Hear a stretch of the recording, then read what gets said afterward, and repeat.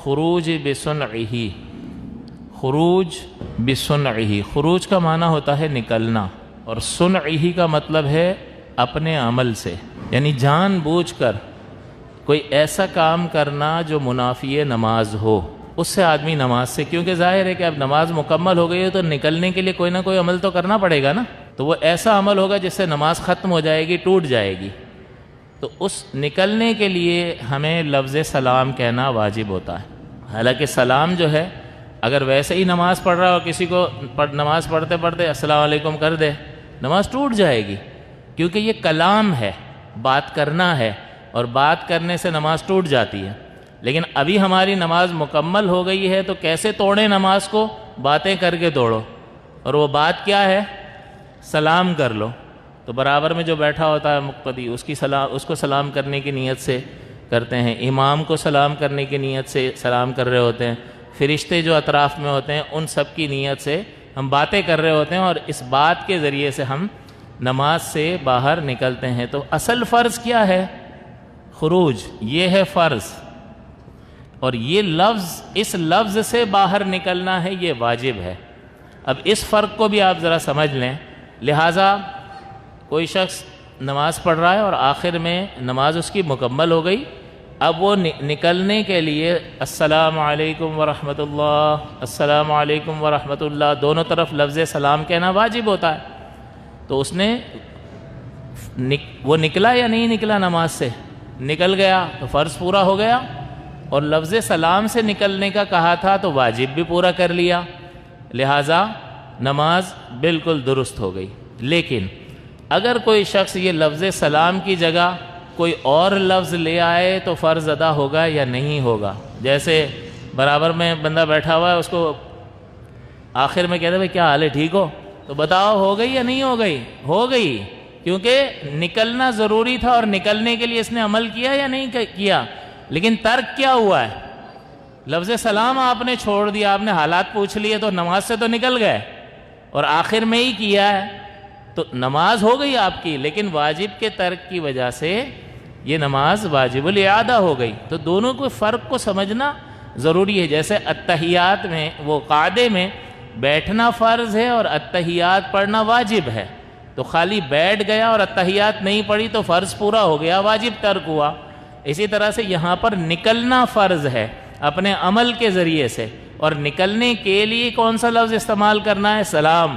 تو نکلنے کے لیے سینکڑوں لفظ ہو سکتے ہیں، سینکڑوں حرکات ہو سکتی ہیں۔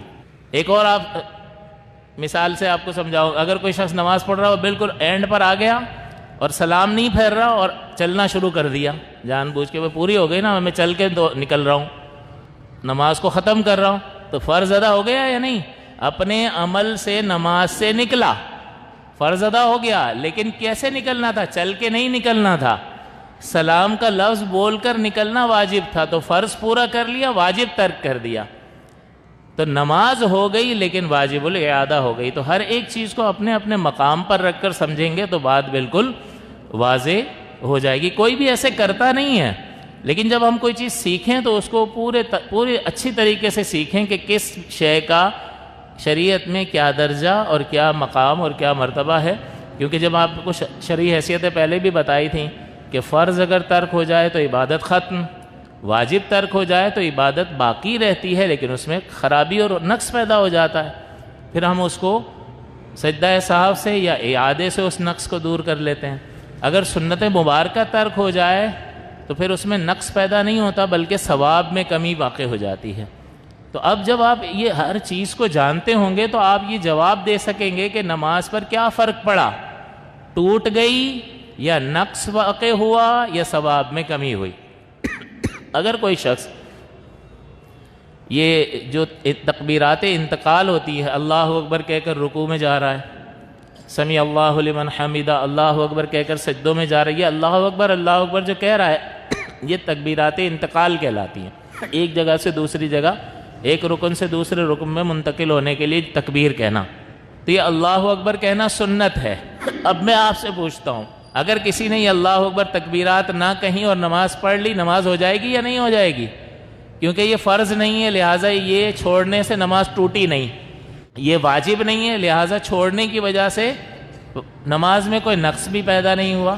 یہ سنت کریمہ ہے، لہٰذا سنت کریمہ چھوڑنے کی وجہ سے ثواب میں کمی واقع ہو گئی. چھوڑتا کوئی بھی نہیں ہے، لیکن ہمیں بعض اوقات نہیں خیال رہتا ہے اور وہ چلا گیا رکوع میں اور اللہ اکبر نہیں کہا، بعد میں آیا کہ یار اللہ اکبر تو نہیں کہا میں نے. تو اب اس کو اسی وقت فیصلہ کرنا ہے کہ کیا ہوا، کیا فرق کیا پڑا. تو پتہ چلا وہ نماز ہی توڑ دی اس نے کہ اب دوبارہ پڑھنی پڑے گی. تو غلط ہے نا، نماز اس کو توڑنی نہیں چاہیے تھی، کیونکہ وہ نماز ہی میں تھا اور اللہ تعالیٰ نے فرمایا لا تبطلوا اعمالکم، اپنے اعمال کو باطل نہ کرو. تو وہ اچھی بھلی نماز پڑھ رہا ہے، کوئی نماز ٹوٹنے والا عمل بھی نہیں ہوا اور لا علمی میں نماز توڑ دی، اس سے تو ٹوٹ گئی میں دوبارہ پڑھتا ہوں. تو اس لیے ہر چیز کو جب آپ اپنے اپنے مقام پر رکھتے ہیں تو صحیح اور درست وقت میں آپ درست فیصلہ کر سکتے ہیں. لہٰذا ان چیزوں کا خیال ضروری ہے. تو اپنے عمل کے ذریعے سے باہر نکلنا اور نماز کا کہ باہر نکلنے کے لیے لفظ سلام کا استعمال کرنا واجب ہے.